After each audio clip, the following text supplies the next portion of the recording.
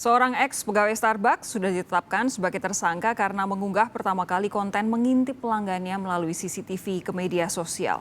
Fakta apa saja yang ditemukan polisi dalam kasus ini dan apa yang harus diwaspadai masyarakat agar terhindar dari kejadian seperti ini? Untuk membahasnya kami sudah terhubung dengan Kasat Reskrim Polres Metro Jakarta Utara, Kompol Wirdanto Hadi Caksono. Selamat malam, Pak Wirdanto. Selamat malam, Mbak Sofi. Kabar Selamat baik ya? malam, para pemirsa Kompas TV. Oke, lalu ada pula Ketua Lembaga Riset Keamanan Siber, Cisrek, Pratama Dahlian Persada. Selamat malam, Pak Pratama. Selamat malam, Mbak Sofi. Ini juga kabar baik ya? Alhamdulillah sehat. Baik, Pak Pratama, saya izin ke Pak Wirdanto terlebih dahulu. Jadi Pak Kasat Reskrim, 2 orang ini sudah diamankan dalam kasus pengintipan melalui kamera pengawas CCTV. Keterangan apa yang kemudian sudah diperoleh dari kedua orang ini? Baik, Mbak Sofi. Jadi setelah kami mengamankan 2 ex-karyawan dari Gerai Kopi S ini, kami mendapatkan keterangan bahwa pada awalnya untuk saksi KH, salah satunya adalah KH itu mengenal korban VA ini. Jadi VA ini itu merupakan pelanggan tetap di Gerai Kopi ini. Tunggu, jadi mengenal karena korban adalah pelanggan tetap ya, bukan karena memang temannya ya? Ya, jadi ada pelanggan tetap dan mereka sudah berkomunikasi ya selama di gerai tersebut. Oke. Kemudian?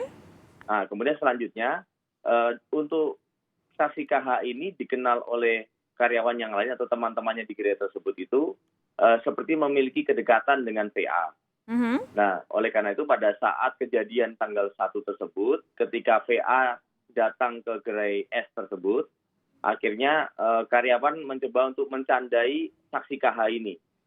Mencandai dalam arti ibaratnya mencoba untuk korban VA ini sudah datang di sini, mari kita cari dan sebagainya. Nanti pada saat break, yaitu di back office itu, yang merupakan satu lokasi dengan lokasi tempat CCTV itu, akhirnya tersangka DD tadi itu mencoba untuk mengerjai atau mencandai saksi KH. VA datang, seperti itu. Akhirnya spontan saksi KH ini mencoba untuk mencari VA melalui CCTV. Jadi CCTV yang pertama itu dibuka, itu yang di dekat kasir, tidak ada VA. Tidak ada korban VA. Kemudian yang kedua baru yang ditunjukkan adalah yang di lokasi CCTV yang di outdoor, dan kemudian terlihat di situlah korban VA. Kemudian selanjutnya untuk saksi KH itu berupaya untuk memperjelas penampakan dari korban VA itu.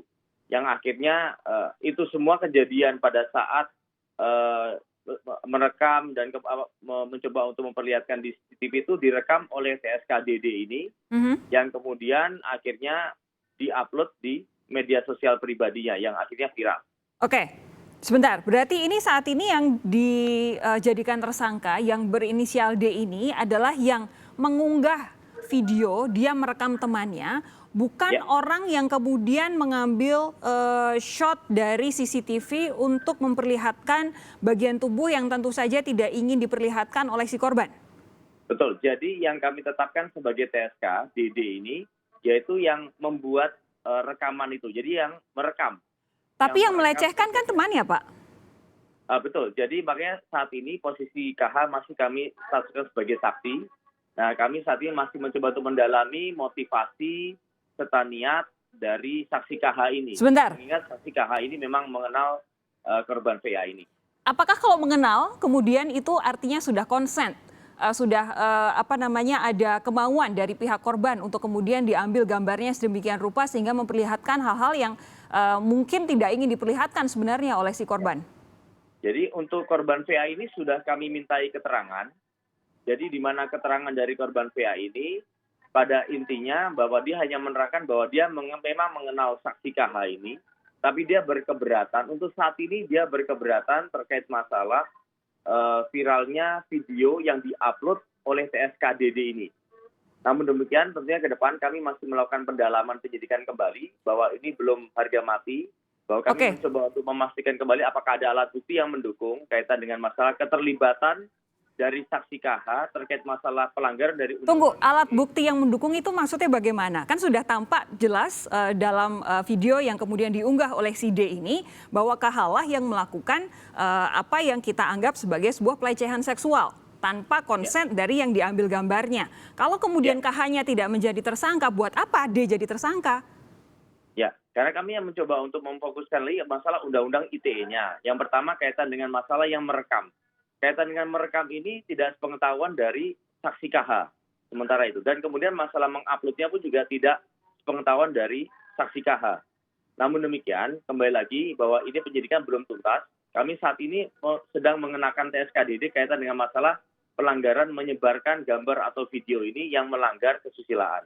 Pak Wirdanto, tapi saya harap Anda paham di sini rasa kebingungan saya, mungkin juga frustrasi saya sebagai perempuan yang pernah mengalami hal-hal yang mirip seperti ini di ruang publik begitu, kemudian dilecehkan, entah itu melalui secara langsung, verbal maupun melalui foto atau video begitu. Nah, ini yang membuat saya akhirnya merasa bingung adalah kalau kemudian dianggap itu tidak ada pelecehan, ini kita pakai logika dasar saja ya. Kalau kemudian apa yang dilakukan KH itu tidak dianggap sebagai sebuah pelecehan, hanya gara-gara KH dianggap mengenal korban, kenapa D jadi tersangka? Itu logika pertama yang tidak masuk di otak saya. Oke. Jadi pada prinsipnya kembali lagi Mbak Sofi, ini masih melakukan penyelidikan lebih lanjut. Kembali lagi kami tentunya harus memastikan betul karena kaitan dengan masalah pelecehan seksual, kembali lagi berbicara masalah korban. Korban untuk saat ini masih kami lakukan pendalaman, apakah keberatan di mananya? Apakah dia merasa bahwa dengan dia di Zoom kejadian seperti yang viral itu menjadi sebuah pelecehan seksual bagi yang bersangkutan? Ataukah terkait masalah beredarnya video-video itu yang akhirnya membuat diri dari VA ini merasa terganggu. Namun demikian, kami masih mencoba untuk terus berkonsultasi dengan para ahli, kaitan dengan ahli ITE maupun termasuk ahli pidana, yang tentunya nanti ke depan kita lihat perkembangannya yang terus akan kami lakukan penyidikan. Oke, itu satu hal, Pak Wirdanto. Itu logika pertama yang tadi saya nggak dapat di kepala saya. Logika kedua, kalau kemudian sudah tampak dalam video D bahwa yang mengoperasikan CCTV untuk berpindah dari kasir menuju outdoor adalah KH. Kemudian KH juga yang men-zoom in, membesarkan gambar bagian tubuh dari si korban ini yang katanya dia kenal, walaupun kenalnya juga karena jadi pelanggan, bukan karena temannya. Apakah di situ tidak kemudian bisa terlihat dengan jelas bahwa memang yang punya niat untuk berbuat hal-hal yang menyerempet pelecehan atau bahkan pelecehan adalah KH? Ya, makanya itu Mbak, kami masih melakukan pendalaman penyidikan ini, kembali lagi bahwa untuk status saksi ini kan tentunya harus kami dalami, kami tidak ingin langsung menetapkan langsung sebagai tersangka apabila memang kaitan dengan masalah niat dan motivasinya yang harus kami dalami terlebih dahulu. Apa niat utamanya? Nah, demikian oleh karena itu kaitan dengan masalah pasalnya tadi kan masalah pasal yang kami terapkan saat ini adalah Undang-Undang ITE, kaitan dengan masalah menyebarkan konten yang melanggar kesusilaan. Oleh karena itu saat ini berdasarkan hasil gelar perkara yang kami lakukan, kami baru menetapkan satu tersangka yaitu DD kaitan dengan masalah pasal pelanggaran dari pasal 45 ayat 1, Jungto 27 ayat 1 Undang-Undang ITE. Demikian. Oke, sekali lagi saya harap kenapa Pak Wirdanto bisa paham kenapa saya sedikit agak emosional karena ini sesuatu yang menurut saya sebagai seorang perempuan kemudian jadi sesuatu yang tidak masuk di akal saya logika hukumnya. Tapi itu untuk pembahasan lain, kita nanti mungkin bisa jadi berbincang dengan pakar hukum soal hal ini. Tapi saya ingin beralih ke Pak Pratama. Pak Pratama, ini kan kasus yang seperti ini terungkap karena ada yang kemudian mengupload di media sosial. Jangan-jangan sebenarnya banyak kasus yang serupa yang tidak diketahui publik, spesifiknya tidak diketahui oleh korban. Kalau menurut saya memang seperti itu, Mbak Sofi. Jadi kejahatan yang melibatkan kejahatan teknologi biasanya bentuknya seperti gunung es gitu. Kelihatan ujungnya saja, tapi bawahnya tidak terekspos. Nah, untuk kasus ini sebenarnya saya juga agak aneh, seperti Mbak Sofi gitu. Yang pertama adalah yang dijerat adalah si DD begitu. Pengunggahnya ya?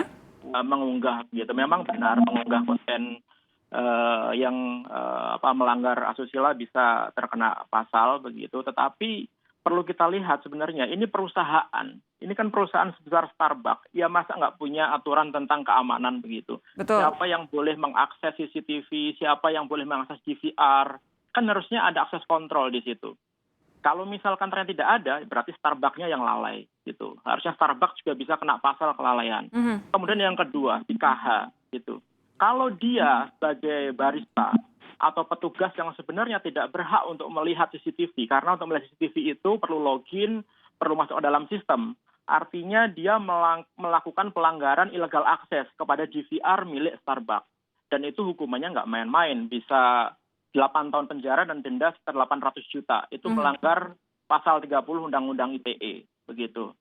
Nah, kemudian juga sebenarnya kalau kita lihat, ini kan kayak penyakit. Kalau menurut saya ini penyakit sih gitu. Ya kebetulan saja ini si PA-nya ini adalah mungkin sudah kenal gitu. Jangan-jangan sebenarnya banyak korban-korban lain yang datang ke gerai tersebut ternyata juga diintip karena ini kameranya bagus ini Starbucks ini. Dia ada pan dan shock gitu. Artinya apa? Kameranya bisa diarahkan, bisa di zoom, bisa digerakkan gitu sesuai dengan yang operatornya DVR ini gitu. Nah, artinya kalau misalkan ada, harusnya polisi melakukan forensik terhadap DVR yang ada. Gitu.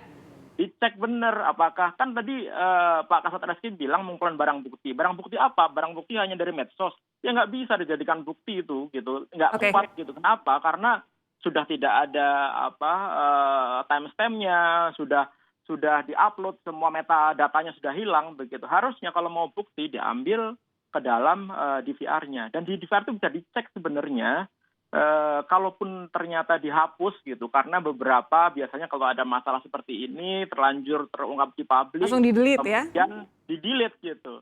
Nah itu sebenarnya enteng sekali untuk membalikan itu. Dan polisi punya kemampuan untuk itu, punya teknologi untuk itu. Begitu. Polisi punya kemampuan dan punya teknologi untuk itu. Apakah sudah dilakukan oleh Pak Wiranto? Kita akan tanyakan sesaat lagi. Jangan kemana-mana saudara, tetap bersama kami di Sapa Indonesia Malam.